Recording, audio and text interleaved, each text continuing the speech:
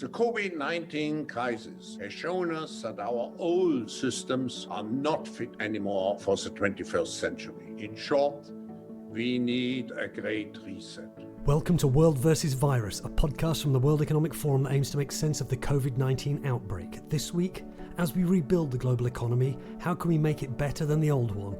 This episode is all about the Great Reset. The best memorial we can build for those who lost their lives to the pandemic is that greener, smarter, fairer world.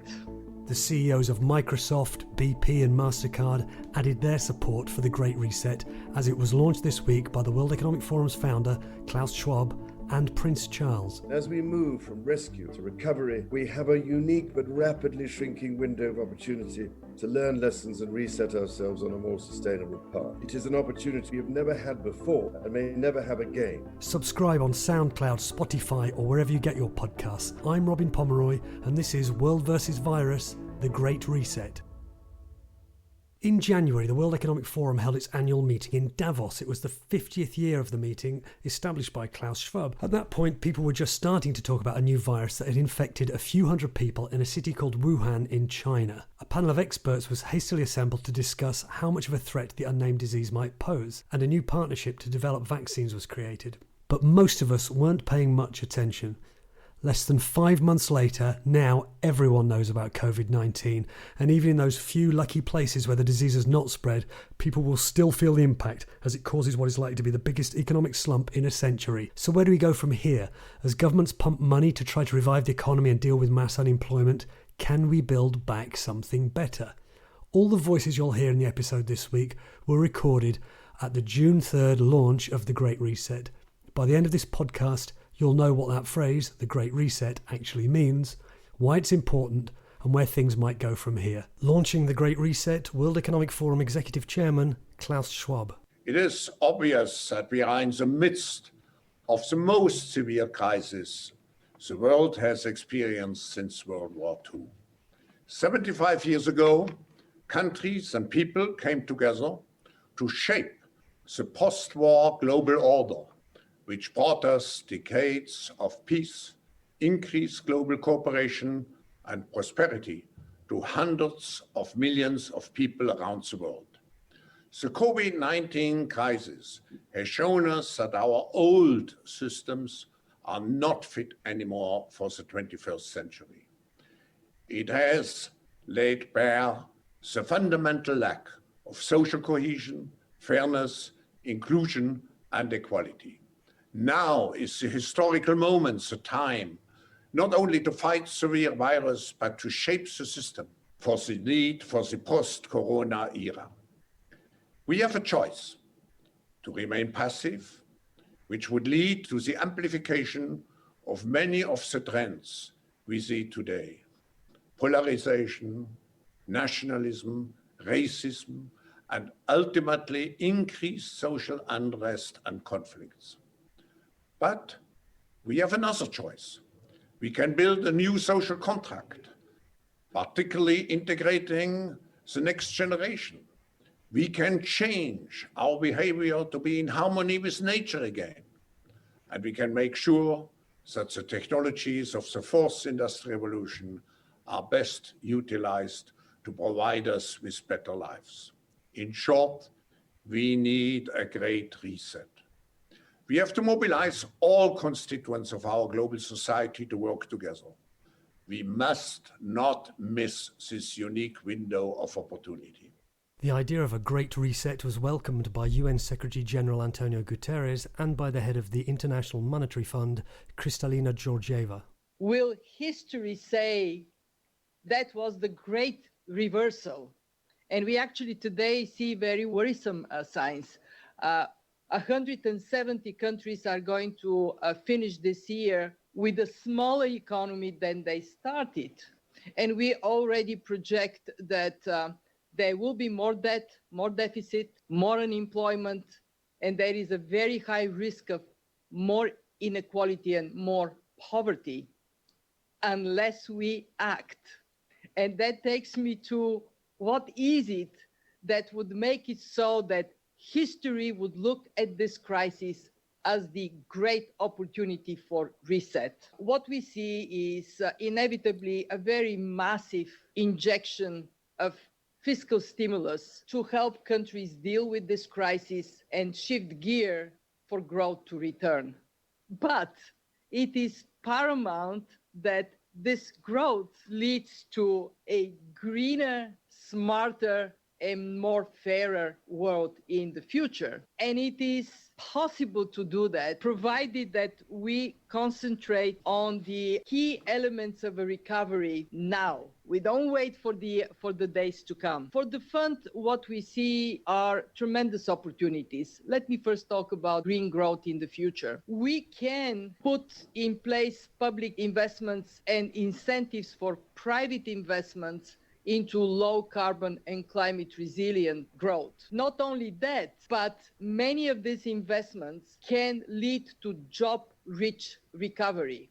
Think of mangroves restoration, reforestation, or building insulation, and think of the key sectors for reducing climate intensity where both the public and private sector can invest. I'm particularly keen to take advantage of the low oil prices today to eliminate harmful subsidies and to bring in place carbon price as an incentive for the investment for the future. So we now have to step up, use all the strength we have. In the case of the IMF, $1 trillion lending capacity and tremendous engagement on the policy side to turn a page, to have that history be about the great reset, not about the great reversal. And I want to say it loud and clear, the best memorial we can build for those who lost their lives to the pandemic is that greener, smarter, fairer world. Prince Charles has been a champion of environmental causes for half a century. He said the Great Reset was a chance to solve the climate crisis and restore the natural world. To seize this window of opportunity, I believe we need to do 5 things. First of all, to create momentum for the Great Reset, we need to capture the imagination and will of humanity. We will only change if we really want to change. Secondly, the global economic recovery must set us on a new trajectory of sustainable employment, of livelihoods and economic growth. To achieve scale, we must not be afraid to reorientate our long-standing incentive structures, which have been having such perverse effects on our planetary environment and on nature herself, if we are to reap the benefits afforded by a more sustainable world. Thirdly, we must redesign systems and pathways to advance net zero transitions globally. And in this regard, carbon pricing can form a critical pathway to genuinely sustainable markets. This reset moment is our opportunity to accelerate and align our efforts to create truly global momentum. Countries, industries, and businesses moving together can create efficiencies and economies of scale that will allow us to leapfrog our collective progress and accelerate our transition. Fourthly, we must reinvigorate science, technology, and innovation. This crisis has shown the importance of investing in science, technology, and innovation. We are on the verge of catalytic breakthroughs that will alter our view of what is possible and profitable within the framework of a sustainable future. And fifthly, we must rebalance investment. Accelerating sustainable investment could offer significant economic growth and employment opportunities, including in green energy, the regeneration of nature and landscapes, the circular bioeconomy, ecotourism, and green public infrastructure. It is time, therefore, to align sustainable solutions with funding in a way that can transform the marketplace. This would be the most dramatic act of responsible leadership ever seen by the global private sector and would at once provide a catalytic incentive for the public sector to follow. We have a golden opportunity to seize something good from this crisis. And as we move from rescue to recovery, therefore, we have a unique but rapidly shrinking window of opportunity to learn lessons and reset ourselves on a more sustainable path. It is an opportunity we have never had before and may never have again. So we must use all the levers we have at our disposal, knowing that each and every one of us has a vital role to play. The Great Reset launch also heard from a few of the world's biggest companies. Here's Microsoft CEO Brad Smith on the role of digital technology during and after the pandemic. Well, I think interestingly, the pandemic has clearly accelerated the adoption of digital technologies. As people needed to work from home or study from home, or as governments needed to operate from home, it was digital technology that they turned to sustain the continuity of society around the world. And as people return to work, I think we can continue to expect digital technology and data, fundamentally to be the infrastructure for this decade and for the Great Reset we're talking about here. I think the great opportunity we have is to put this technology to work in a way that is going to advance all the goals that everyone has been talking about today.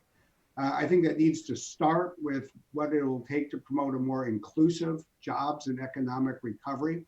I think that means recognizing that broadband has become the electricity of the 21st century. We need to spread broadband technology more broadly. And then we need to couple that with new initiatives to equip more people with the digital skills they'll need, not just to have a tech job, but a job that is increasingly tech-enabled in almost every part of the economy. And we need to do this in a way that remembers that there are more than 1 billion people on the planet that have some kind of disability, temporary or permanent. And so we need to ensure that all of this works for them. I think as we do that, there are a couple of other things that are really of paramount importance. We need to sustain people's trust, and that means protecting their privacy. It means protecting their security. It means that ensuring that these new technologies, especially artificial intelligence, are deployed responsibly around the world. I think we have the opportunity to recognize that data and technology more broadly are indispensable tools to solving almost any of the problems that we confront. And so when it comes to protecting people's fundamental rights, as we're seeing in the United States today, we've been focused for several years on using data to shine a light on disparities, for example, between the practices of police on African Americans and Blacks in the United States in comparison to other populations. And that is, I just think, a slice of what we'll need to address around the world. And then finally, I think it's right that every part of this conversation recognize that in all probability, the greatest challenge of this great decade, Great Reset, the greatest opportunity of this decade is around sustainability. That's why we as a company committed that we'll be carbon negative by the year 2030. But I think what we really have the opportunity to do is unite the private sector, use digital technology to better measure scope 1, 2, and 3 emissions created in the building of products and empower consumers around the world. So when they make a choice about which product to purchase, they can see what was emitted in terms of the amount of carbon to create that product in the same way that they can read the nutritional content on a label at the grocery store of a food product. If we can empower consumers with all of this, I think we unleash this next generation to have a much broader impact more quickly. And what about the energy transition, the need to rapidly move away from fossil fuels to avoid climate catastrophe? This is Bernard Looney, the CEO of BP. We at BP, we welcome this great initiative. On February the 12th of this year, BP set out an ambition to become a net zero company by 2050 or sooner. And not just that, but actually to help the world get there. And I think a lot of people have asked if the pandemic has somehow slowed our energy in this area. And if anything, I think it's increased it. And we're as if not more committed than ever to make that happen. We all know there is a carbon budget. It is finite. It is running out. But I think a better way to explain it might be some refinery workers that I was speaking to in the United States just a few weeks ago. And they thanked me for the commitment to the energy transition. And I asked them why. And one of them said, given the choice, I choose my grandchildren every time. And that was coming from someone who has worked in hydrocarbons for his career. So that is what this is about. And we have some thoughts on what we think should happen. Obviously, it's against a backdrop where growth and employment is core, and governments will be facing higher deficits, higher debts. So we need to think about how we can do this at low or no cost to the taxpayer, and in some ways increase revenue. There are 3 policy points that we would just quickly touch on. The first is that any recovery stimulus should have green conditions attached to it. Kristalina mentioned this. I agree with her 100%. We're seeing some of that here in Europe, and we absolutely encourage and actually advocate for that. Secondly, energy prices should reflect real costs. His Royal Highness talked about carbon price. Kristalina talked about abolishing subsidies for fossil fuel production. We agree with all of that, and in fact, we advocate strongly for all of that. And then thirdly, supporting decarbonization in emerging economies. We want to make sure that in those countries, people are not forced to choose between a clean energy and supporting jobs, as Sharon pointed out, supporting jobs and livelihoods. They shouldn't have to make that choice. And Building Back Better ought to be about closing the gaps that exist in inequality and social injustice rather than widening them. So, just in closing, I would say we need our imagination here.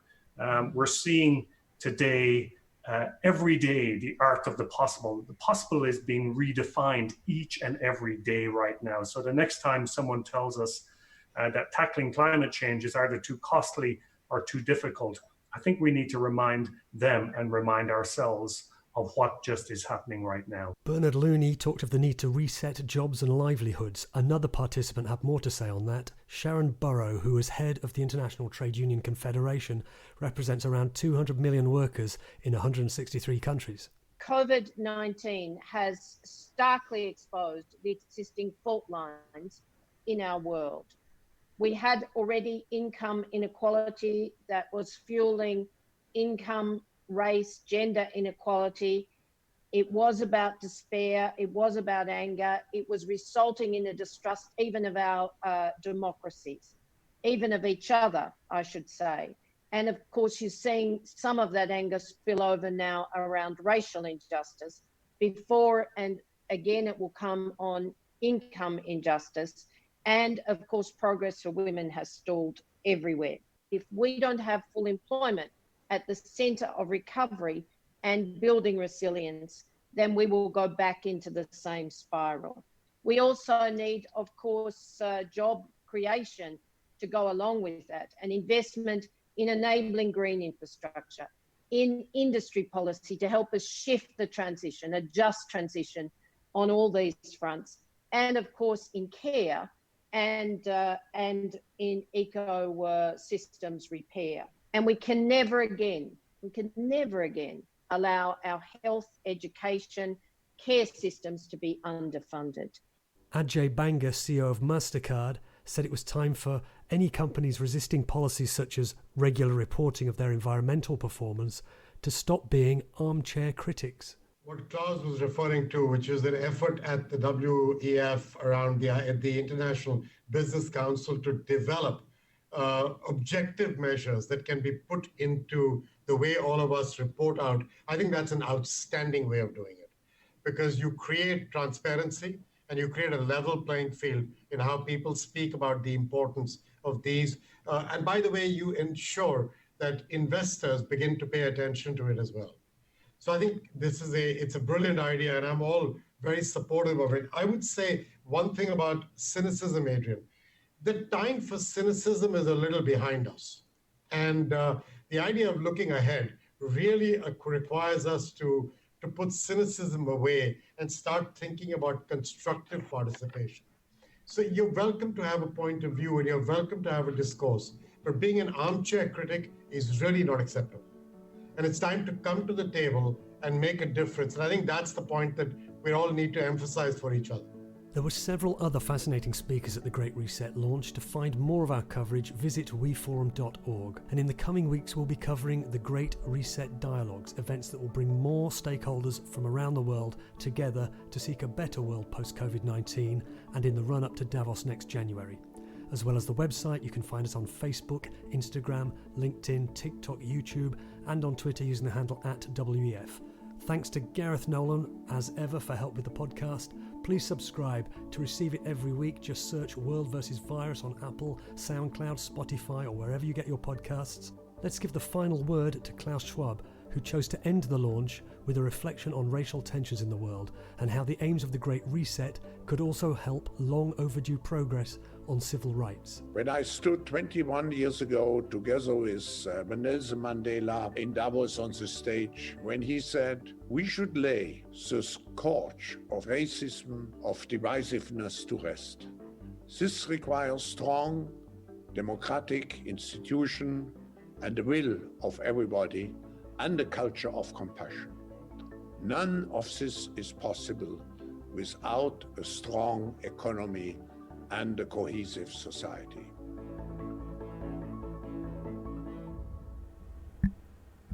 That is the Great Reset by the World Economic Forum. It's 2020. We can't go in the 21st century doing the same thing we were doing 20, 30, 40, 50 years ago. We got to go into the 21st century with a new mindset, different view, a more futuristic type of future. This is why I see that Bitcoin and crypto and other digital assets will become very valuable. As you can see what's going on around the world, a lot of things are happening. But as you listen to this video, these are people that you don't hear about. You don't hear about them every day. You don't see them in the news. But these are the people that's making plans and working with every country and every continent to change the world. There's no better time than now to do what they want to do. The C-19 crisis has shown that our old systems are not fit anymore for the 21st century. I say just let the blockchain free. Set the money free. If people want to use digital asset, let them use digital asset. Because when I look at this, I see these digital assets as the new companies. But they have the potential to be like big as some of the biggest companies like Google, Microsoft, Facebook, Twitter, Instagram, YouTube. That's what's being built on the blockchain. The blockchain is the Internet 3.0. And it's being built, and a lot of people I know do not know about blockchain, Bitcoin, and crypto. One of the greatest things you could do is educate yourself. I come from a place that people don't talk about investments. Nobody teach you how to invest. A lot of people that I know don't even invest. They talk about money, but they don't know anything about money. They only know how to work and make money and spend money, but they don't know how to invest and save money. We need to educate people. We need to make people better. I will leave the link in the description to this video you see on your screen. And I'll leave a link to that podcast and the World Economic Forum website. Do your own research. This is not financial advice. It's your boy, Bitcoin Trapper. See you on the next one. You already know.